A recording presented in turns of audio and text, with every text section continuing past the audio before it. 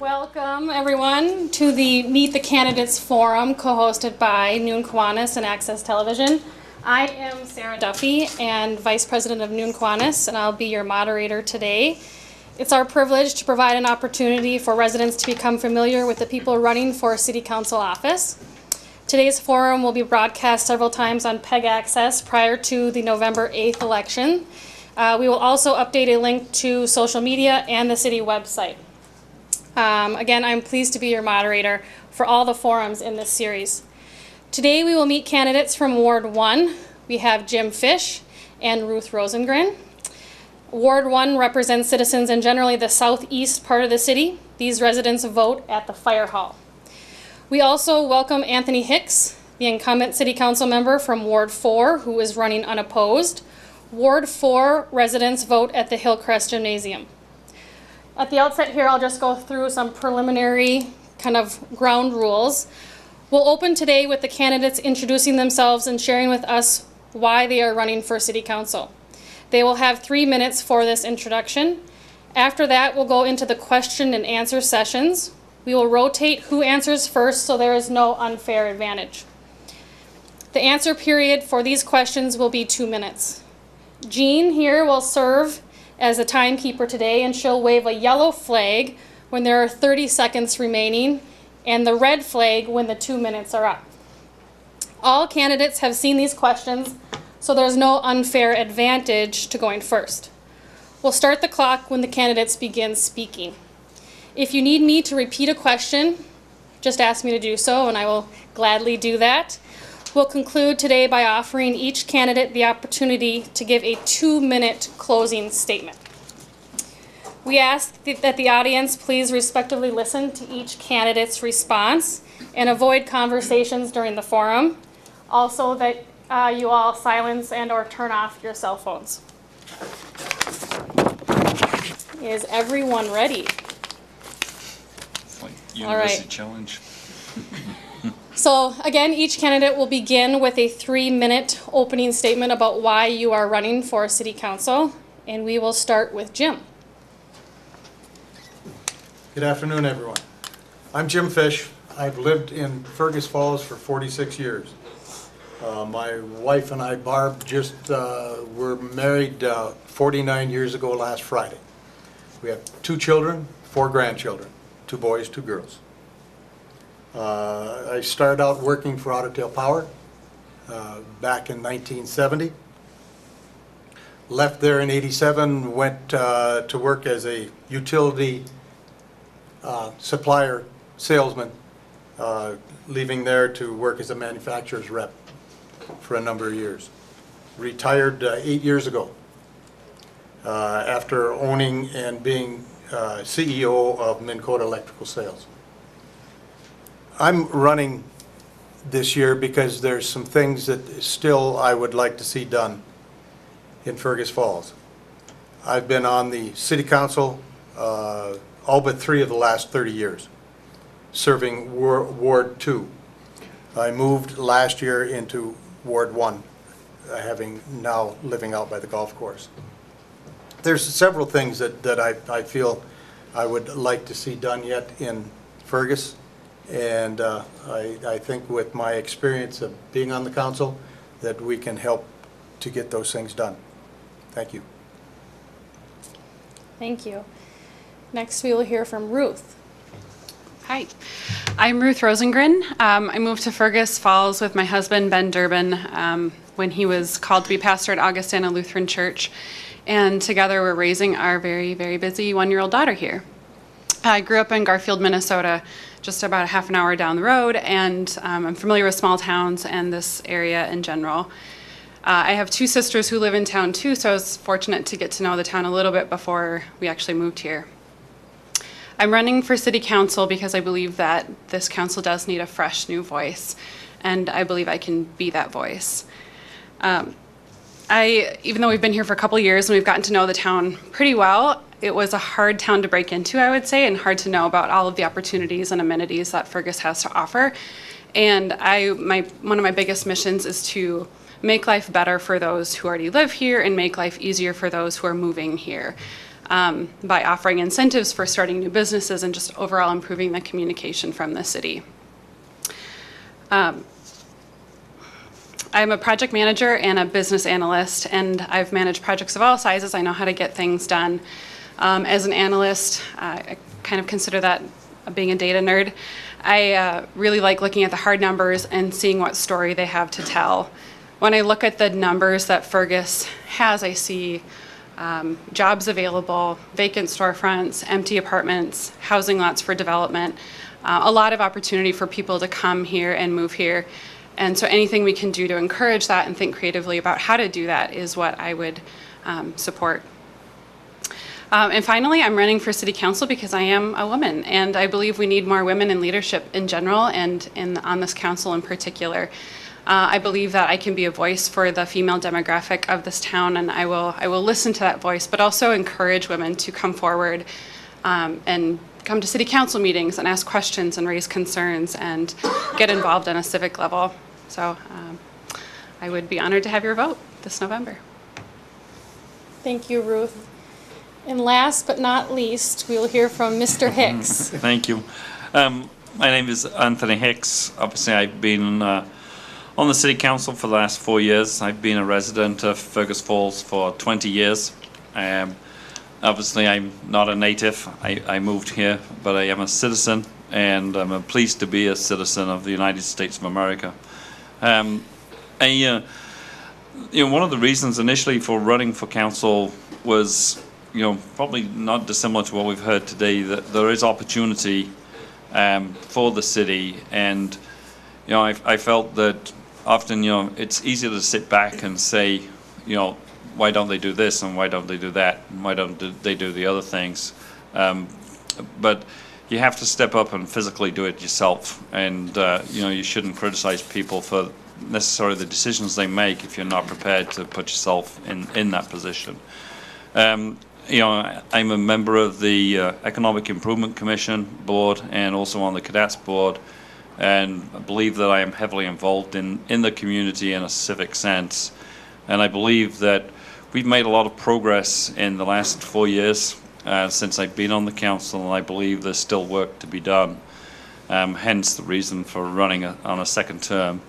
And I think this is a good community, and I want to see it prosper, not just now, but into the future as well.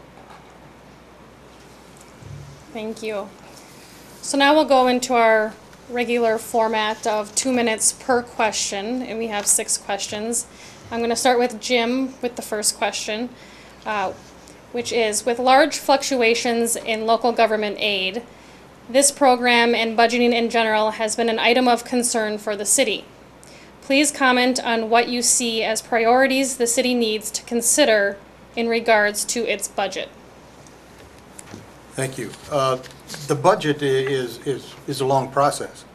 It usually takes 3 to 4 months. It starts off with all departments submitting to the finance officer, Bill, what they would like to see done for the coming year. That's just a start, because we get down to the point where it's wants are one thing, needs are another. And we need to cut through all that and find out what the needs actually are. It goes back and forth to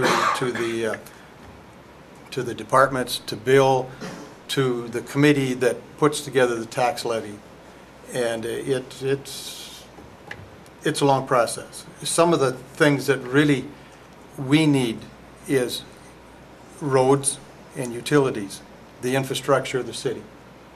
Now, a lot of people will say our roads are in tough shape, but they don't know that there is a plan out there and we're taking care of the worst ones first. That's the big part of the budget, having money there for that. The police protection, the fire protection, all of those things are necessities that we need in Fergus Falls.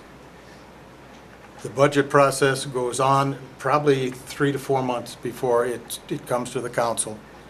And at that point, we look at that, we make comments, we have a budget that's submitted to the county, and at that point, we cannot raise that budget from where it's at. And come December, then we can lower it, can't raise it, and at that point, we vote on it. Thank you. Thank you. Ms. Rosengren? Yeah, I wanted to first describe what the LGA is and what its original intent was. So LGA is local government aid. It's aid from the state and was originally created for cities that had a greater need than could be supported by local property taxes. And so cities that received this need tended to be regional hubs for a lot of local or area residents.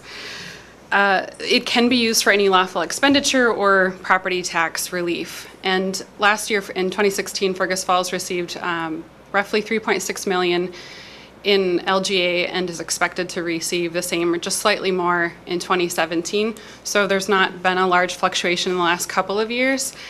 And it's currently being used within the general operating budget. Knowing that there could be large fluctuation, it's somewhat of a risk to put dollars that may decrease into an operating budget that we use quite literally and figuratively to keep the lights on and run this city. And so I would like to see a plan of shifting that focus of those dollars towards capital projects that are not necessarily time boxed, especially if there is a decrease in those dollars. Yeah, thank you. Thank you. I think obviously LGA, as Ruth said, hasn't fluctuated a lot in the last couple of years or so. So it's been fairly stable, but obviously there's always the uncertainty about what the legislators may or may not do.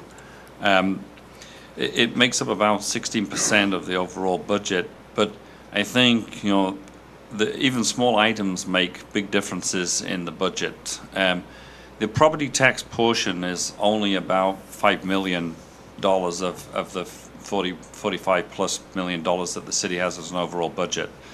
And I think that sometimes there is a disconnect between, you know, what people pay in property tax and what it costs to run the city. And some of that money comes from a variety of different places, you know, such as obviously your garbage and your waste in the sewer. But I think from a priority point of view, you know, we have to control costs wherever we can, but it's also a question of balance. And if we want the city to progress, we also have to be prepared that some of these things will cost some money, and that money has to come from somewhere. I think the city has been stagnant historically, and we're trying to breathe new life into it. So if we're to continue a program of improvement on the roads, if we're to have greater recreational activities, those things have a cost. And so it's a question of priority and balancing it. And everything has a trade-off, and that's ultimately what the council has to decide is what's the greatest priority. Thank you. Question 2, we'll start with Ms. Rosengren. And question 2 is, the city's 2016 budget is just over $42 million annually. Please tell us about your budget and finance experience, demonstrating how you would be a fiscally responsible candidate. Thank you. I'm a project manager and business analyst. I've managed projects, really quick 2-week turn projects, multi-year to two multi-year projects and budgets of all size. I believe in managing those responsibly, and I'll share why. And the analyst part of me, I think, is a great complementary role to my project manager role, in that I keep the business objectives of every project at the forefront. And in terms of the city, it would be city objectives and the city's vision and values. And from the website, I just want to read a couple of things that Fergus calls its vision. So to be a friendly and safe environment, to preserve and expand natural environments, to provide quality services, to encourage new business and industry. So while I'm in this role, I'd want to uphold those values in any decision that comes across to the city council. If elected, I'd like to serve on the finance committee and review the budget allocation. I've done some research into the 2016 and 2017 budgets that the city approved, and my primary concern is with how the capital projects are being funded. In particular, the golf course, the community ice arena, and the Bigwood Event Center. These are great things that the city has to offer, but don't necessarily serve the community at large.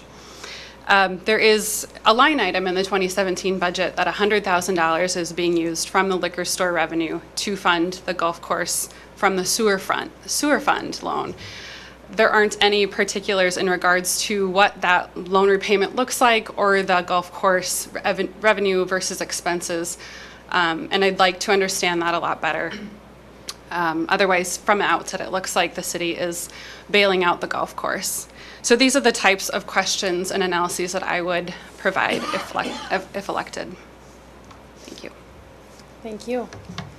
Now we'll go to Mr. Hicks. Fine. Obviously, the budget's broken down in varied enterprises. From an experience point of view, I obviously am general manager of the ethanol plant. We turn over several $1 million a week, so I get to see a lot of dollars flow through and coming in and coming out. And obviously, the expenses are pretty high, so we do our best to control expenses, particularly in terms of capital projects and repairs and maintenance and labor. I sit on the tax committee, and this year are the finance chair, which also means that I get to sit on the tax committee.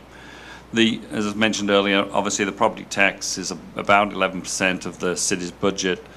The city is a labor-intensive enterprise, so labor is the biggest cost in terms of pocket for the city, and we are actually managing to do more with less. The city has gone from roughly 200 people being employed down to around 145, 150. Enterprises are charged separately, so that income comes in. The liquor store is a contributor and is used to subsidize property tax. That's and that kind of and we could probably talk about the golf course. There is nobody meaner on the golf course than I have been. So I think the golf board would accept that. But the golf course is actually turning into the black. This is a loan, and they'll never pay it back. I mean, in reality. So this was a way to get that done and clean up the books. Most other enterprises in the city cost money, whether it's the ice arena or anything else. Thank you. Mr. Fish? Thank you. I have over 20 years' experience with the Finance Committee here in Fergus Falls. I've been treasurer of First United Church of Christ Memorial Fund for 12 years, secretary treasurer for the Masonic Building Memorial Corporation. I've been JC treasurer, treasurer of the Shrine Circus, finance officer for the American Legion for the last 15 years, vice chair of Lake Region Halfway House, and CEO of Minn Kota Electrical Sales. So I have a lot of experience in finance. And if we want to get into the golf board part of it, this $100,000 that's going to the golf course is a payment on the irrigation that was installed a number of years ago. The golf course is actually owned by the city, owned and run by another group. The irrigation went in on a loan from the city numerous years ago, and the golf course just has not made the money to pay it back. Seeing as how the city owns the course, we decided that we should pay it off. So that's where that's at. I enjoy being on the committee, the finance committee. It's always around now. It's always good to get in and look at where our money is going, where the money's coming in from, and I think through the years, the council has done a very, very good job of spending the taxpayers' money. Thank you. Thank you. We'll start question 3 with Anthony, which is, please describe your vision for economic growth in Fergus Falls and the steps that you will take to achieve progress towards that goal. I think one of the things that I wanted to try and accomplish when I joined the council 4 years ago was an improvement in downtown, and particularly the old mill I kind of felt that the old mill sits at a quadrant of the city right in the center, and whether you're coming or going, you pass what was pretty much a derelict looking building.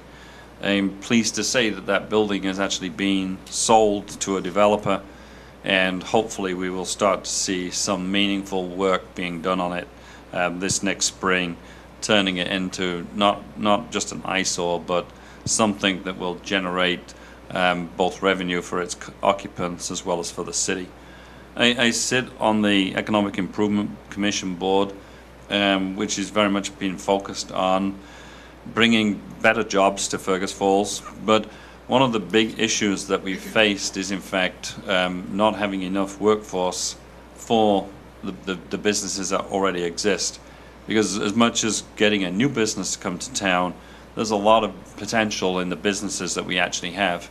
And when you talk to many of them, a lot of them are expanding. And so we need to support that.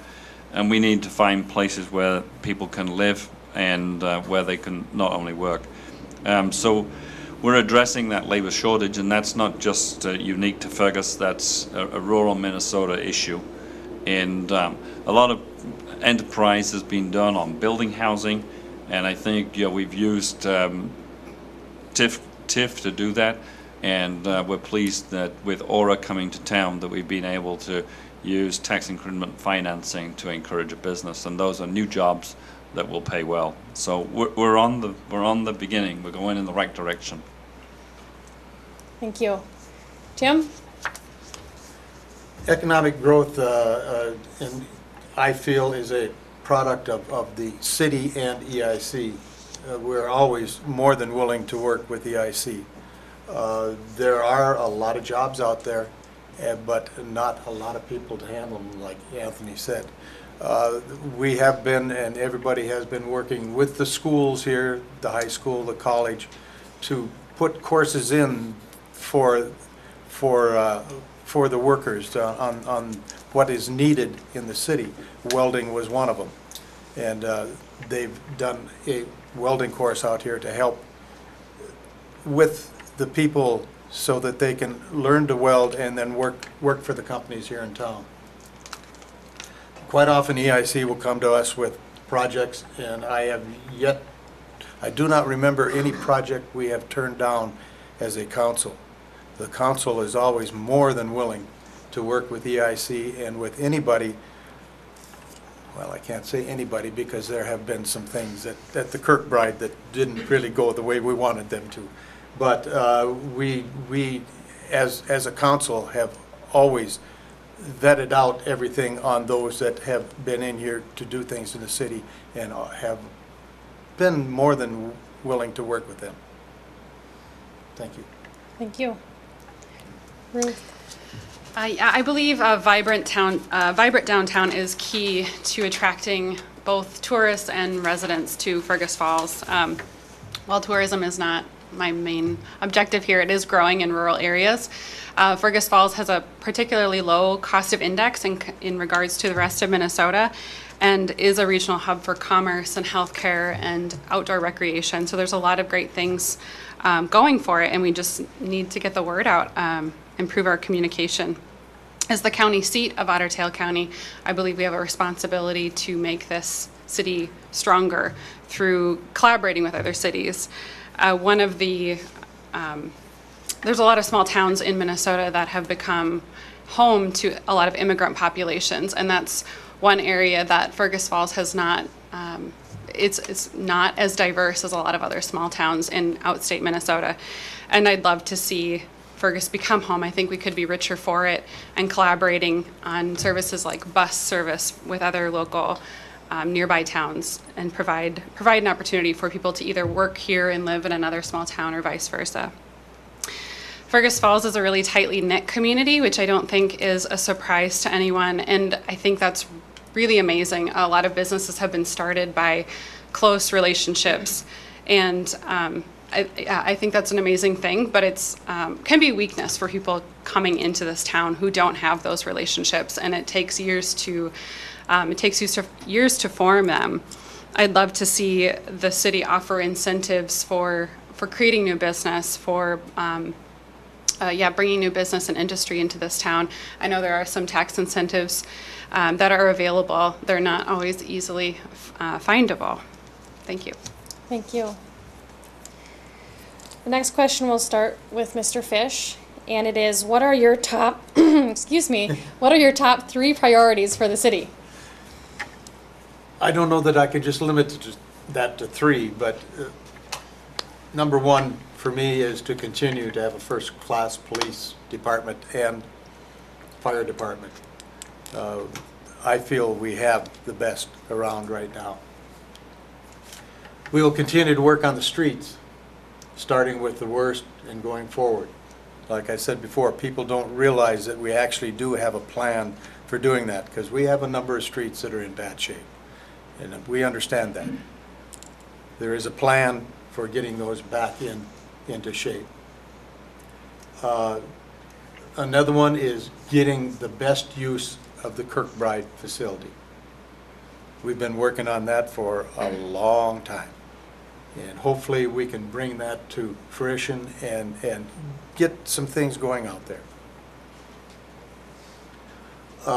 Building the expansion of the library for the needs now and into the future is one of my priorities, and one of the reasons that I'm still running for council is because that's something that started like 4 years ago, and we are now getting to the point where hopefully with this next election we will see that happen. And last but not least is having a balanced budget each and every year. Thank you. Ruth? As I said in my last answer, I think having a vibrant downtown is key to creating jobs and creating an opportunity for people to move here. My top priority is the downtown riverfront development efforts. The master plan is quite comprehensive, and I believe we can take pieces of that and start making movement on those smaller pieces, extending the Riverwalk, expanding the bike lanes. I know a small portion got approved, which I'm excited about. I have the belief that if you build it, they will come. And I think there's a lot that we can do in terms of incentivizing businesses to restore their buildings that they own downtown to their natural or their original luster, maybe what it looked like 50 years ago. Maybe there could be art installations downtown to encourage regular foot traffic or other regular occurring entertainment. My number 2 priority, I would agree with Jim in that infrastructure needs to be addressed. I live in Ward 1, and I like to go for walks and I like to go for bike rides. And the streets in Ward 1 in particular are probably some of the worst. And there aren't very many sidewalks in Ward 1 either. And so it makes it challenging to feel, biking, it does make it challenging. You might pop a tire, and just walking and feeling safe. And there's a lot of elderly people walking around, and I would just want to make sure that everyone feels safe and comfortable.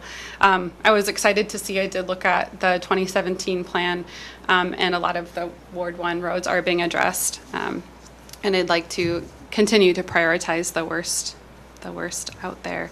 And thirdly, I'd like to encourage civic involvement from women, young women, moms in particular, and I believe that being on the council would provide an opportunity for other women to feel like they have a voice in this town, to feel comfortable coming up and raising questions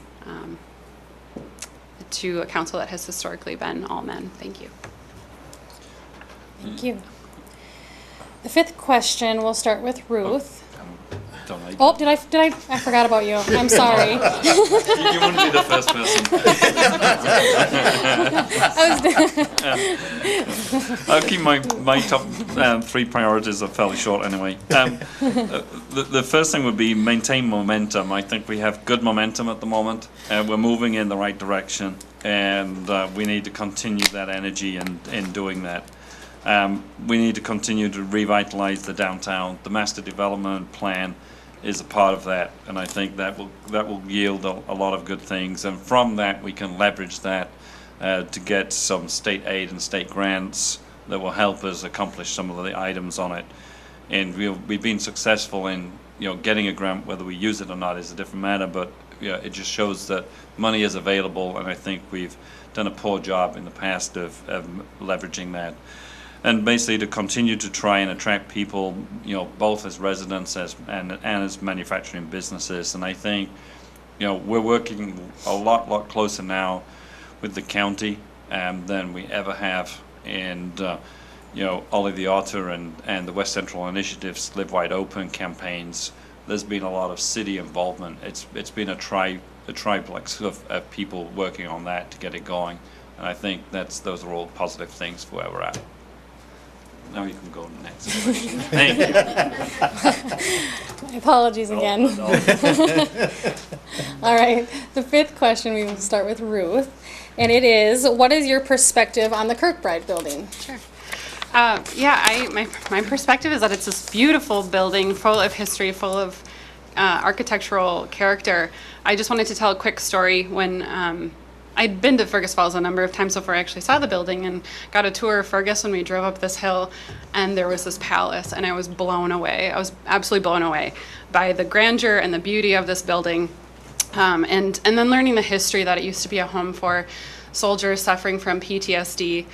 I recently learned of a meeting that a few community members and council members met to talk about it being a place of healing for veterans with PTSD. 1 in 5 soldiers suffer from that affliction, and it could be a place of healing, and I think that's a really beautiful way of honoring its history. I know the RFP process closed on September 30th, so I haven't seen any of those proposals and what they contain, but I would hope that any of those developers who come forward or who have come forward could work with the city on its vision. I'm assuming that no one person can feel like they can tackle that building, and it really needs to be a team effort. And would also hope that the state can help out from a funding perspective. We are a small town. To support that large of a building long term, I think would be really hard to do without some additional support. Thank you. Thank you. Mr. Hicks. Thank you. I think the Kirkbride, unfortunately, is one of those things that we don't have long enough to talk about it in its fullest extent. But I do believe that we have to parcel it off. I'm not against redevelopment of it by any means. I would love to see as much of it redeveloped as possible. But I think we also have to be realistic to understand that not all of it can be redeveloped. There will be portions of it that in the end will probably need to be demolished. Obviously, it's extremely concerning that the bonding bill in which we sought an extension to the grant funding wasn't passed, and that does expire obviously on the 31st of this year. So, my goal as always is that it shouldn't end up being a cost to the citizens of Fergus Falls, and I think we have to compromise, and we're no better than the state legislators, and we're no better than the federal government if we can't accept compromise. And compromise, in my opinion, will be that some of it has to come down and some of it needs to be redeveloped to avoid the tax burden to the citizens of Fergus Falls. Thank you. Jim? Again, we could go on about this for a long time, but I do agree with Anthony that the Kirkbride is a very large structure, and I don't see anybody coming in and doing the whole thing on their own. Tax credits are available, $40 million worth of tax credits, but when you're looking at somewhere between $60 and $100 million to fix the whole place up, tax credits only work when you make money. And the tax credits, you got to make money on that before you can use them. That's not going to happen, not in Fergus Falls. We need to parcel it off, like Anthony said. We did have some local people that wanted a piece of it at one time, but the council didn't agree with it, so we didn't go that way. But the other thing is the Historical Society is going to have to work with us. They're just going to have to realize that we can't save the whole Kirkbride. There is not, at least I don't think we can. The PTSD, it would be great to have that there. Again, somebody's got to come up with the money to do it. At this point, it's an idea with no funding. that's the problem we've had all along. We've had lots of people in here wanting to do things, but the funding is always a problem. It's our albatross, is what it is, and we've worked on it for 12 years, maybe even longer than that. And hopefully we can parcel it out and get as much of it as we can restored, and some of it will have to come down. Thank you.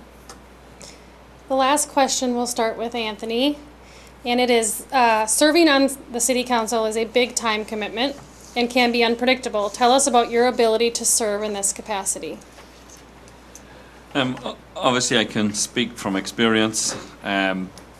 Prior to even running for council, I actually did come to council meetings on a regular basis, as many people know. But even so, becoming a council member was, a challenge in the beginning, and just getting your head around everything and how things function and how they don't function. And obviously now, I will admit, it's a lot easier. You get out of it what you put in it. You can come to a council meeting every other Monday, and you can go to obviously a committee meeting roughly kind of twice a month. But it's more than that. It's up to you to talk to people, and also up to you to do some research of your own, and try to actually make things happen. And that means attending other things that are outside of the quote regular council meetings. So I would say it's been extremely rewarding for the last few years. I'm not so fond of the midday meetings. I'm a morning person. I like to get up in the morning, but the consensus was to move to midday. But that's, I like 7 o'clock in the morning, because you get more things done first thing in the morning. But it's been good. I enjoy it. Thank you. Jim? I'm retired. I have lots of time. I, like Anthony, like the mid-morning meetings. I actually have a part-time job stocking shelves at Service Food, and I'm there at 5 o'clock in the morning. I work from 5 to 10, so 4 days a week. I would just as soon have the meetings in the morning also. But like I said, I'm retired.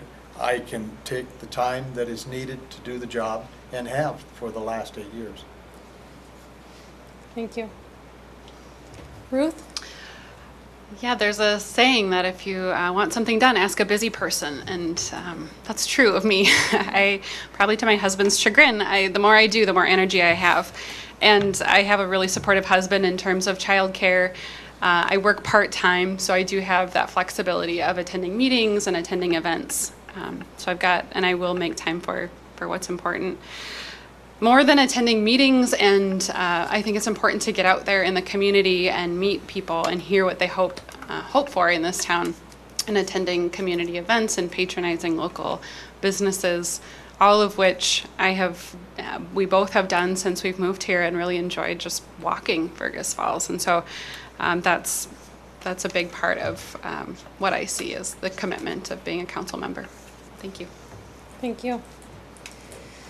Well, this comes to the end of time for questions. We'll wrap up by hearing closing statements from each of you as to why your constituents should vote for you. Again, you'll have 2 minutes each. We'll start with Anthony, and then we'll go with Ruth, and we'll close with Jim. I think I wish to obviously continue to serve the people, and of not only just Ward 4, but for the residents of Fergus Falls. I'm always surprised at how many people talk to you that are not necessarily in your ward, and kind of their first question usually is, can I speak to you, because I know you're not my councillor. And I think every council member always encourages people to speak. We're one council, we're one city, and we can only move forward if people talk to us and tell us how they feel. And I want to thank, obviously, the people in Ward 4 for their continued confidence in me, and trust that they will vote for me on November the 8th. Thank you. Thank you. Ruth?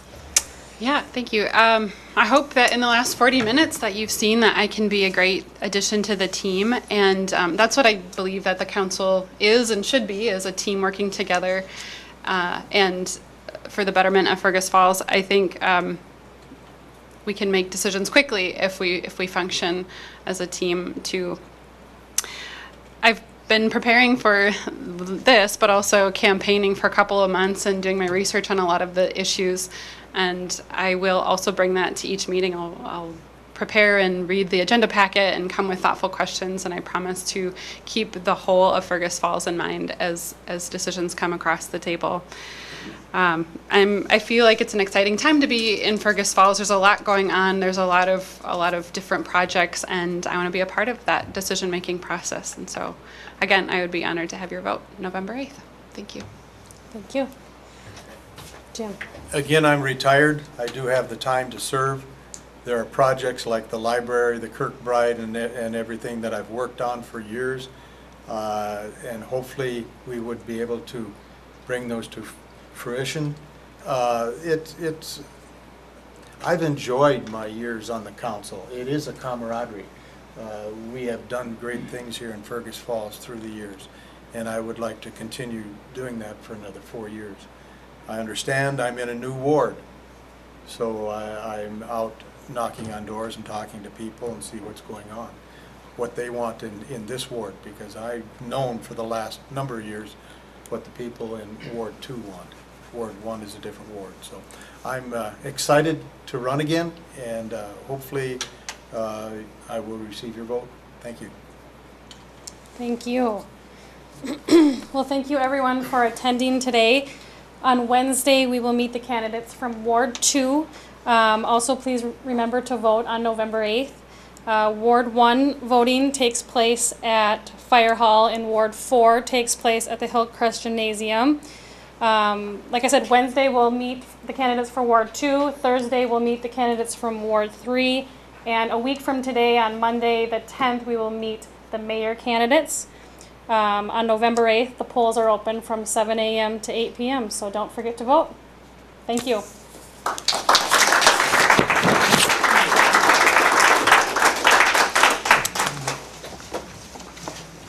Thank you again, Jean.